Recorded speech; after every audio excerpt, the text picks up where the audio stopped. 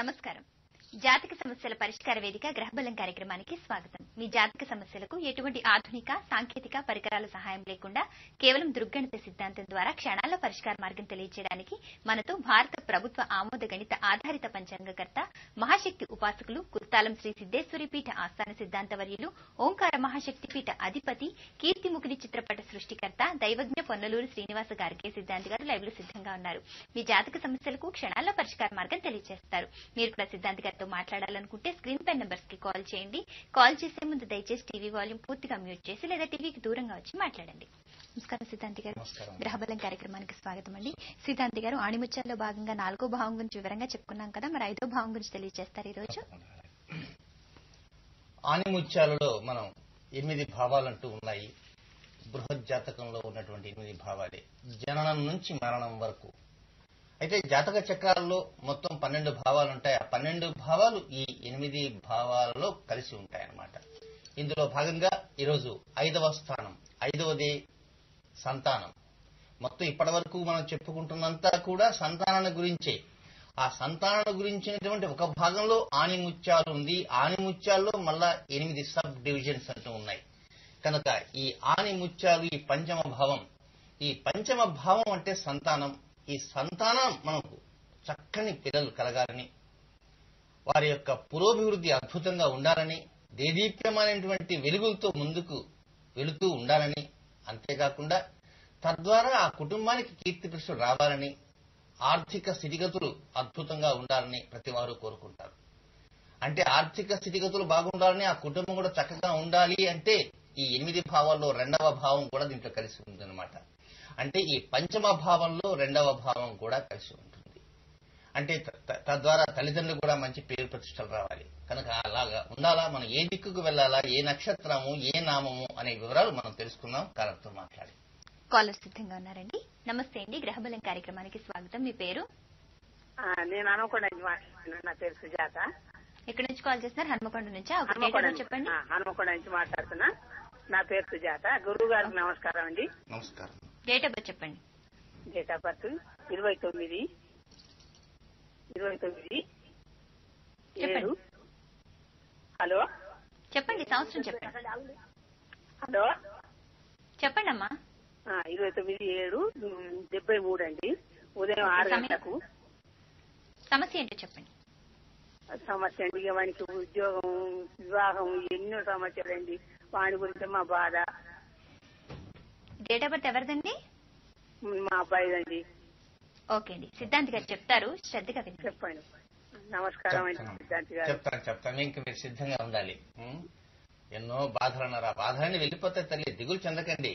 మీరు దిగులు పడుతుంటే ఎట్లా చెప్పు, ఆ బాధలు వాటిందరవే నిదానంగా వెళ్తూ ఉంటాయి, 1 by 1 వెళ్తూ ఉంటాయి.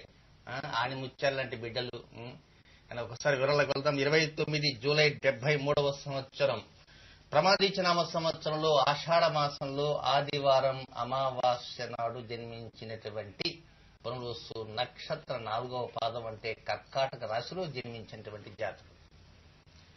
సంవత్సరాన్ని ఒక్కసారి ఒకే ఒక గండ్రగొడ్డలు తీసుకుని నరికి వేయగల రోజులు దగ్గరకు వస్తున్నాయి. అతి త్వరలో వస్తున్నామా. వివాహానికి సంబంధించినటువంటి సమస్యలు ఏవైతే ఉన్నాయో అవి తొలగిపోతున్నాయి. ఒక మంచి స్థితి రావటానికి కావాల్సినటువంటి అవకాశాలు చేజిక్కించుకోవడానికి, అక్కడ ఉన్నటువంటి సమస్యను కూడా నరికి వేయడానికి మంచి రోజులు రాబోతున్నాయి. 2013వ సంవత్సరం ఫిబ్రవరి నెల 14వ తేదీ నుంచి 25వ తేదీ లోపల. అయితే ఒక్క వివరం మొత్తం గుర్తుంచుకోండి. సోమవారము, ఆదివారం ఈ 2 రోజులు కాకుండా మిగిలిన రోజులకి ఎక్కువ ప్రాధాన్యత ఇవ్వండి. మంచి అనుకూల పరిస్థితులు వస్తాయి. ప్రత్యేకమైన పరిహారం అంటూ ఏమీ లేదమ్మా. వచ్చే సంవత్సరం ఫిబ్రవరి నెల 14వ తేదీ నుంచి పరిస్థితులన్నీ కూడా అనుకూలిస్తాయి. కాలర్ సిద్ధంగా ఉన్నారండి. నమస్తే అండి, మీ పేరు చెప్పండి. అండి. మరొకసారి చెప్పండి. శాస్త్రిరావు అండి. ఓకే, దయచేసి టీవీకి దూరంగా వచ్చి మాట్లాడండి. మీరు ఎక్కడి నుంచి కాల్ చేస్తున్నారు? హలో, శాస్త్రిరావు అండి. మీరు టీవీకి దూరంగా వచ్చి మాట్లాడండి, టీవీ చూస్తూ మాట్లాడండి. డేట్ ఆఫ్ బర్త్ చెప్పండి. 22వ తారీఖు 7వ నెల 1985 అండి. సమయం తెల్లరగట్ట 5-6 గంటల మధ్య అండి. ఓకే, సమస్య ఏంటో చెప్పండి. అబ్బాయి వెళ్ళిపోయి 7 ఏళ్ళు అయిపోయిందమ్మా. ఇంతవరకు గురువు గారిని 2-3 సార్లు అడిగాను, నాకేం చెప్పలేదు. నా అబ్బాయి వస్తాడా భూమి మీద క్షేమంగా ఉండడని అడుగుతున్నానమ్మా. ఓకే అండి, మీరు చాలా పెద్ద సమస్యతోనే బాధపడుతున్నారు. మరి ఇంత సమస్య అడుగుతున్నప్పుడు మీరు టీవీకి దూరంగా వచ్చి మాట్లాడొచ్చు కదా. టీవీకి దగ్గరగా ఉండటం వల్ల కాల్ కట్ అయిపోతుంది. మరి పరిష్కార మార్గం ఎలా పొందుతారు మీరు? సిద్ధాంతి గారు చెప్తారు, శ్రద్ధగా వినండి. గతంలో కూడా మీకు పరిష్కార మార్గం చెప్పడం జరిగింది, మీరు మర్చిపోయి ఉంటారు. మీరేం దిగులు చెందకండి, బాబుని గురించి విచారించకండి. అంటే విచారించకండి అంటే విచారంతో ఉండకండి, విచారిస్తుండాలి అబ్బాయి ఎక్కడున్నాడు, అబ్బాయి ఎక్కడున్నాడని. ఒకసారి వివరాలకు వెళ్దాం. క్రోధనామ సంవత్సరంలో అధిక శ్రావణ మాసంలో జన్మించినటువంటి పుబ్బ పూర్వ పలుగునే నక్షత్ర సింహరాశిలో జన్మించినటువంటి జాతకులు చాలా వరకు మీరు మనశ్శాంతిగా ఉండండి. ఆ విధంగా మనశ్శాంతిగా ఉంటే పరిస్థితులు చక్కగా వస్తాయి, బాబు చక్కగా తిరిగి ఇంటికి వస్తాడు. మీరు ఆ విధంగా బాధపడుతూ ఉన్నారనుకోండి, దానివలన మీ ఆరోగ్యం కూడా దెబ్బతింటుంది. ముందు మీ ఆరోగ్యం కాపాడుకోవాలి. మిమ్మల్ని కనిపెట్టుకుని కూడా మరికొంతమంది ఉంటారు కనుక మీ ఆరోగ్యం చక్కగా ఉండాలి. 10 కాలాల పాటు మీ సేవలందరికీ వినియోగించాలి. మీ అబ్బాయి దిగులు పడి ఎక్కడెక్కడో ఉన్నాడని మీరు అనుకోకండి. మంచి అనుకూల పరిస్థితులు అతి త్వరలో రాబోతున్నాయి మీకు, మీ కుటుంబానికి. ముందు మీరు కంట్రోల్లో ఉండడానికి ప్రయత్నం చేయండి. ఏమండి, చక్కగా మంచి పరిస్థితులు వస్తాయి. మీరు తీసుకునే నిర్ణయాలు కూడా ఒక్కొక్కసారి వ్యతిరేకంగా ఉంటున్నాయి కనుక వ్యతిరేకమైన నిర్ణయాలు తీసుకోకండి, మంచి నిర్ణయాలు తీసుకోండి. శుభం కలుగుతుందని ఆశిస్తున్నాను. ఓకే అండి, సిద్ధాంతి గారు మీకున్నటువంటి ఎటువంటి జాతక సమస్యలకైనా పరిష్కార మార్గాలు చెప్తారు. మీరు సిద్ధాంతి గారితో మాట్లాడాలనుకుంటే స్క్రీన్ పై నంబర్స్ కి కాల్ చేయండి. కానీ కాల్ చేసే ముందు దయచేసి టీవీ వాల్యూమ్ పూర్తిగా తగ్గించి లేదా టీవీకి దూరంగా వచ్చి మాట్లాడండి. ఎందుకంటే మీరు సమస్య అడిగినప్పుడు టీవీ వాల్యూమ్ పెంచితే మీ సమస్య పూర్తిగా చెప్పలేరు, అలాగే కాల్ కూడా కట్ అవుతుంది. అలాగే మీలాగే చాలా మంది సమస్యలతో కాల్ చేస్తున్నారు కాబట్టి వారికి కూడా ఇబ్బంది కలుగుతుంది. దయచేసి గమనించగలరు. కాలర్ సిద్ధంగా ఉన్నారండి. నమస్తే అండి, మీ పేరు చెప్పండి. నమస్తే అమ్మా. నమస్తే అండి, మా పాప డేట్ ఆఫ్ బర్త్ చెప్తున్నానండి. ఓకే, మీ పేరు చెప్పండి, మీరు ఎక్కడి నుంచి కాల్ నా పేరు చేస్తున్నారు? రాధ అండి. రాధ గారు ఎక్కడి నుంచి కాల్ చేస్తున్నారు? రాజమండ్రి. ఓకే, చెప్పండి, డేట్ ఆఫ్ బర్త్ చెప్పండి మీ పాపది. జూలై 13 అండి, రాత్రి 12:58. ఓకే, సంవత్సరం చెప్పండి. 91. ఓకే, ఇయర్ 91 అండి. తెల్లవారితే 14 అవుతుందా అండి? అవునండి, తెల్లవారితే 14 అవుతుందండి. సమస్య ఏంటో చెప్పండి. పాప ఉద్యోగం ఎలా ఉంటుంది, మ్యారేజ్ విషయంలో కూడా కొంచెం నాకు భయంగా ఉందండి. ఎవరో ఒక ఆయన కొంచెం రాంగ్ గా చెప్పారు, అప్పటి నుంచి కాస్త టెన్షన్ పడుతున్నాను. ఓకే అండి, సిద్ధాంతి గారు చెప్తారు, శ్రద్ధగా వినండి.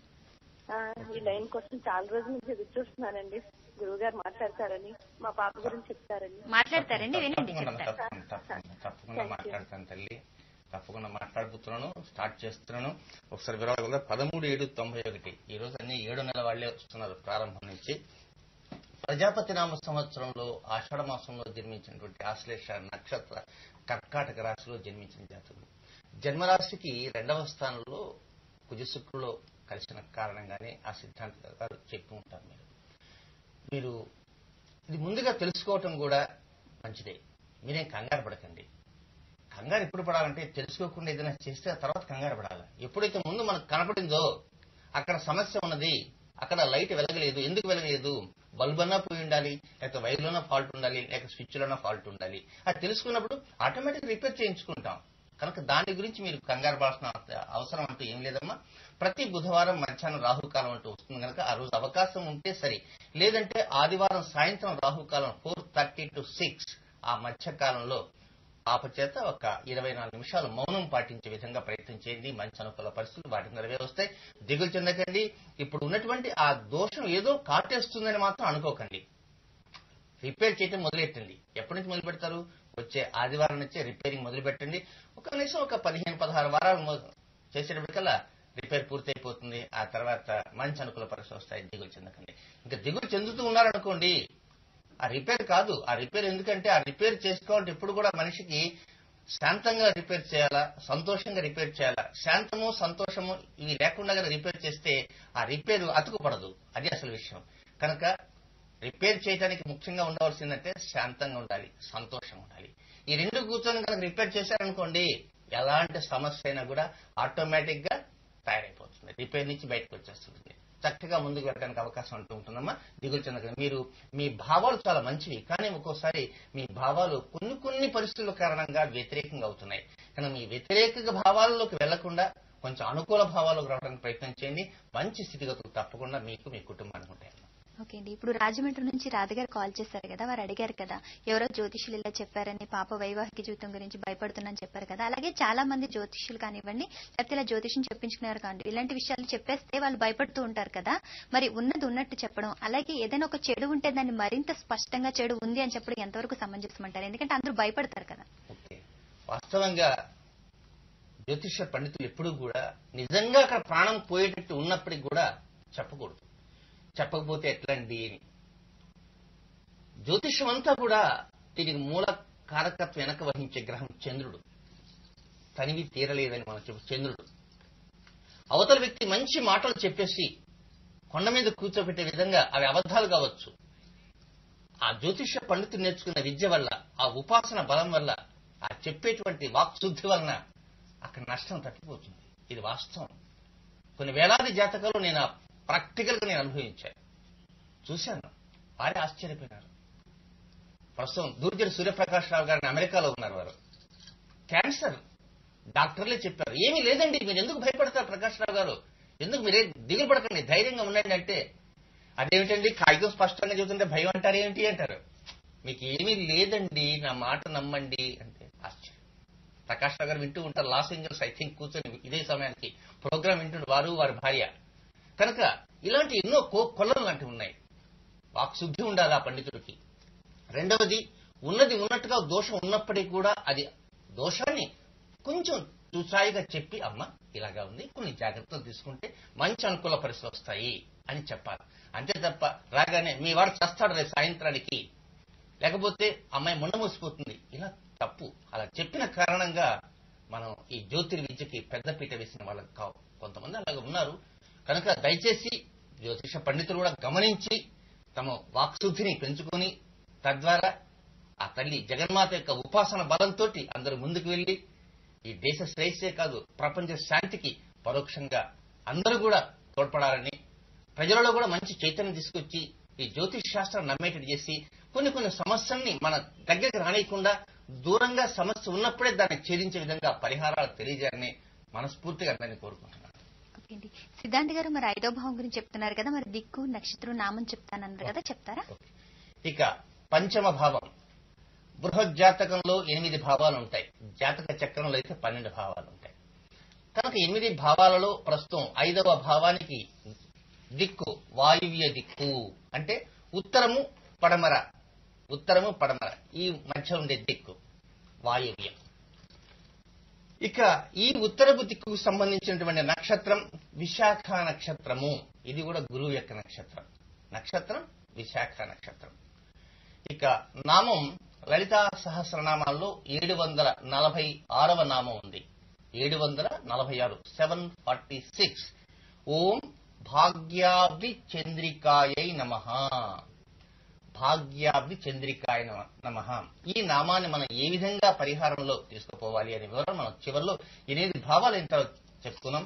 ఆనిముత్యాల్లో వాయువ్య దిక్కు పంచమానికి సంబంధించింది, విశాఖ నక్షత్రం 746 నామం మాత్రం గుర్తుంచుకోండి. చెప్పే మాటలు ఇంకా కొంచెం స్పీడప్ చేయబోతున్నాను. సంతానాల గురించి ఏ విధంగా వేగవంతంగా వెళ్ళిపోతుందో టాపిక్ అనేది ఒక కాలం తర్వాత మొదలవుతుంది. కాలర్ సిద్ధంగా ఉన్నారండి. నమస్తే అండి, మీ పేరు చెప్పండి. హలో, సుబ్రహ్మణ్యేశ్వరం అండి. ఎక్కడి నుంచి కాల్ చేస్తున్నారు? అండపేట అండి, east Godavari. Date of birth చెప్పండి. 20/12/1978 అండి. ఓకే, సమయం సాయంత్రం 7:45 అండి, బుధవారం అండి. ఓకే అండి, సమస్య ఏంటో చెప్పండి. మ్యారేజ్ అయ్యి లేట్ అవుతుందండి, జాబ్ కూడా లేదండి దాన్ని. ఓకే అండి, డేట్ ఆఫ్ బర్త్ ఎవరిదండి? మా బాబుదండి, మా అబ్బాయి. ఓకే అండి, సిద్ధాంత్ గారు చెప్తారు, శ్రద్ధగా విని. గురుగారు నమస్కారం. నమస్కారం. ఇంకా ఆలస్యం అంటే ఏమీ లేదు, ఇంకా రెడీగా సిద్ధం కావాలి. శుభస్య శీఘ్రం. కాలయుక్త నామ సంవత్సర మార్గశిర మాసంలో జన్మించిన మఖ నక్షత్ర సింహరాశిలో జన్మించిన జాతకులు ఇంకా పెళ్లి శుభలేఖలు ఏ రంగు అయితే బాగుంటుంది, ఏ సైజ్ అయితే బాగుంటుంది, పెద్దది బాగుంటుందా, చిన్నది బాగుంటుందా, అతి చిన్నది బాగుంటుందా, చాలా పెద్దది బాగుంటుందా, దానికి ఎంత డబ్బు కట్టబెట్టాలి, ఎలా ఖర్చు పెట్టాలి, ఎంత కట్టం తీసుకుంటే ఏ రంగు వేయాలి, వీటి మీద మీరు ఆలోచించాల్సిన అవసరం ఉంది. రాబోతున్నది మంచి రోజులు. ఎప్పటి నుంచి? 2012వ సంవత్సరం అక్టోబర్ నెల 23వ తేదీ నుంచి అనుకూల పరిస్థితులు రాబోతున్నాయండి. మండపేటంతా సంబరాలంతా ఉంటుంటాయి. ఇక మీ హవా కాదు, గ్రహబలం కాగానే మంచి కాఫీ తాగేసేయండి, ఇడ్లీగానో పూరినో తినండి, కాఫీ తాగి ఇడ్లీ తినండి. ఇడ్లీ తిని కాఫీ కాదు. ఏంటి అబ్బాయి పెళ్లి చేయబోతున్నాం, మండపేటంతా కూడా టామ్ చేసేయండి. మీ హవా ఏదో చూపించండి. అక్టోబర్ 23వ తేదీ తర్వాత నుంచి అనుకూల పరిస్థితులు రాబోతున్నాయండి. దిగులు చెందకండి. ముఖ్యంగా ఒక్క విషయం మాత్రం గమనించుకోండి, కొన్ని రహస్యాలు మాత్రం వివాహానికి సంబంధించిన కొన్ని విషయాలు కొంచెం ఇన్ డెప్త్ గా వెళ్లి అలాంటి వాటిని కడుపులో పెట్టుకోవడానికి కొంచెం ప్రయత్నం చేయండి. అప్పుడే రివీల్ చేయకుండా బయట చెప్పకుండా చేయండి. తద్వారా మంచి అనుకూల పరిస్థితి వస్తుంది. ఎందుకంటే దాదాపు దరిదాపుల దాకా వస్తుంటుంది, ఎవరో ఒకరు ఒక ఆకాశంలో వేసేస్తాడు, తద్వారా ఆగిపోతుంటుంది. అందుచేత కొంత రహస్యాన్ని కొంతకాలం పాటు కొంచెం జాగ్రత్త పడుతుండండి. కాలర్ సిద్ధంగా ఉన్నారండి. నమస్తే అండి, మీ పేరు చెప్పండి. బాల సౌజన్య అండి. ఎక్కడి నుంచి కాల్ చేస్తున్నారు? హైదరాబాద్ అండి. డేట్ ఆఫ్ బర్త్ చెప్పండి. 30th January 1984 అండి, ఉదయం 5:30. ఓకే, సమస్య ఏంటో చెప్పండి. పాపకి మ్యారేజ్ గురించి చూస్తున్నామండి, సెటిల్ అవ్వట్లేదు. అమెరికాలో ఉంది అమ్మాయి, జాబ్ చేస్తుంది. ఓకే అండి, సిద్ధాంత్ గారు చెప్తారు, శ్రద్ధగా వినండి. సింపుల్ గా ముగించేశారు. ఆ తర్వాత సంగతి మీరు చూసేసుకోండి అని. రుద్రోద్కరణమ సంవత్సరంలో పుష్యమాసంలో జన్మించినటువంటి మూల నక్షత్ర ధనురాశిలో జన్మించిన జాతకుడు ఇంకా వెయిట్ చేయాల్సిన అవసరం లేదండి. ఆగస్టు నెల దాటిపోయింది అంటే మనకు అన్ని మంచి రోజులు.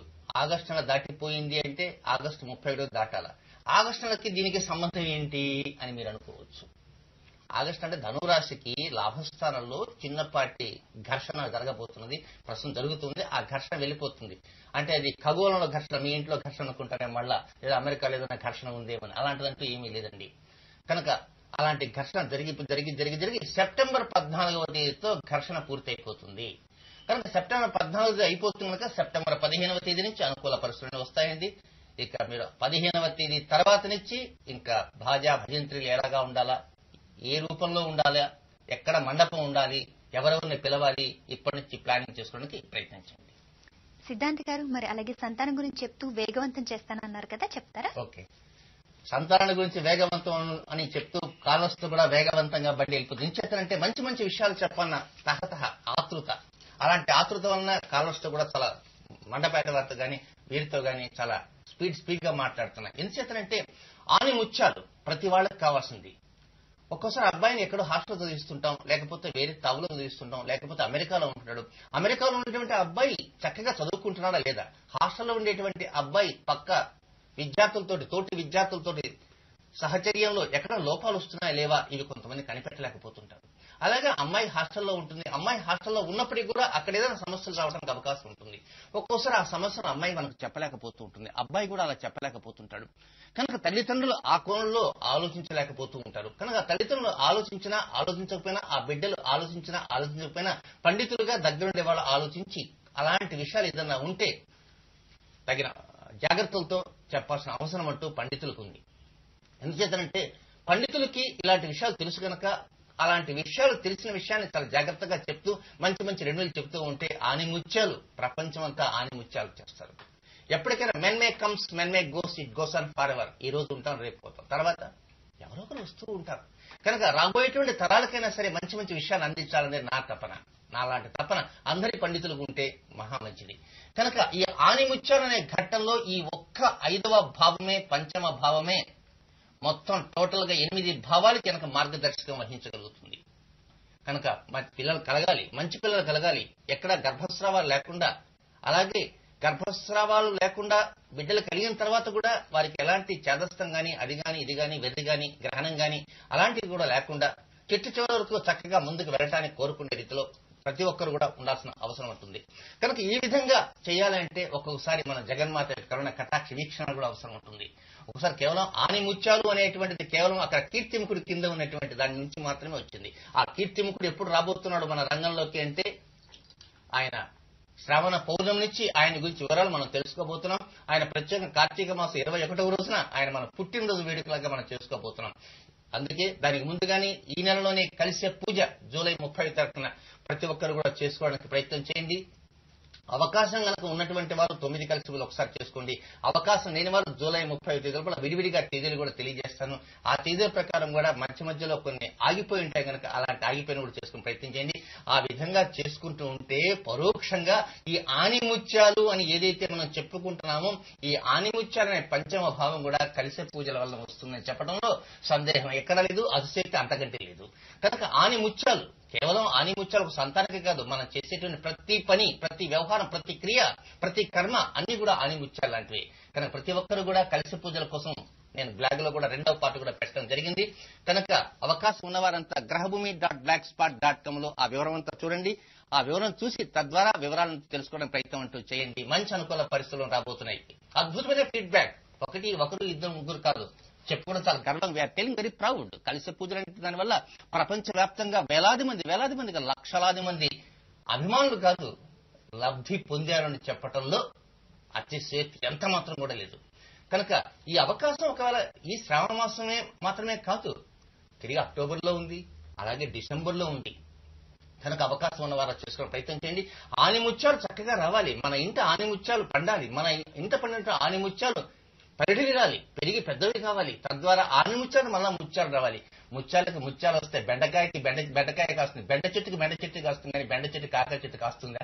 కాయదు. కానీ కొన్ని చోట్ల కాస్తున్నాయట. ఎందుకో నేనేమాత్రం చూడలే. కానీ ఒక మంచి అద్భుతమైన పండితులు పండిత పుత్ర సుంఠ అంటుంటారు. అది ఏమిటో అర్థం కానటువంటిది. దానికి కారణాలు అనేకం ఉండవచ్చు. అంటే బెండకాయ కడుపున కాకరకాయ కలిగింది కనుక బెండకాయ కడుపున బెండకాయ పుట్టాలా, వంకాయ కడుపున వంకాయ పుట్టాలంటే ఆణిముత్యాలుగా ఉండాలి. ఆణిముత్యాలు ఎక్కడ కూడా ఏ ముత్యం కూడా కొక్కిన ముత్యం గాని పుచ్చిపోయిన ముత్యం గాని అలాంటివి ఉండకూడదు. మహాముత్యం ఉండాలి, మేలి ముత్యం ఉండాలి, స్వాతి ముత్యం ఉండాలి. అలాంటి స్వాతి ముత్యం ఉండాలంటే మనం ఎంతో వేగవంతంగా ముందుకు వెళ్ళాలి. అలాంటి వేగవంతంగా ముందుకు వెళ్ళాలంటే ఒకే ఒకటి ఆణిముత్యాలనేటువంటి కలిసి పూజలు కూడా ఒక ఆణిముత్యం. కనుక ప్రతి ఒక్కరు కూడా రేపటి నుంచి రేపు కాలసర్పయోగం గురించి కొన్ని వివరాలు కూడా చెప్పాలనుకుంటున్నాను. చాలా మంది ప్రేక్షకుల నుంచి కాల్స్ కూడా వస్తున్నాయి. కనుక ఈ ఆణిముత్యాలు అనేటువంటి టాపిక్ ని కొంతమందికి అర్థం కావచ్చు, అర్థం కాకపోవచ్చు. అయినప్పటికీ కూడా 8 దిక్కులు, 8 నక్షత్రాలు, 8 నామాలు చెప్పిన తర్వాత ఆ పరిహారం ఏ విధంగా ఉంటుందో చెప్తాను. కనుక ఆ పరిహారాన్ని జాగ్రత్తగా పాటిస్తూ వెళ్ళారు అంటే మీ ఇంట ఆణిముత్యాల పంట. ఓకే అండి. సిద్ధార్థ్ గారు ఈ రోజు కార్యక్రమంలో ప్రేక్షకుల జాతక సమస్యలకు పరిష్కార మార్గాలతో పాటు 5వ భావానికి సంబంధించిన వివరాలు తెలియజేశారండి. ధన్యవాదాలు. ఈనాటి గ్రహబలం కార్యక్రమంలో మీ జాతక సమస్యలకు పరిష్కార మార్గాలతో పాటు ఎన్నో విషయాలు తెలుసుకున్నారు కదా. రేపటి కార్యక్రమంలో సిద్ధార్థ్ గారు చాలా మంది ప్రేక్షకుల కోరిక మేరకు కాలసర్ప యోగం గురించి చెప్పబోతున్నారు. ఇది ఈనాటి గ్రహబలం కార్యక్రమం. రేపటి గ్రహబలం కార్యక్రమంలో మళ్ళీ కలుద్దాం. అంతవరకు సెలవు, నమస్కారం.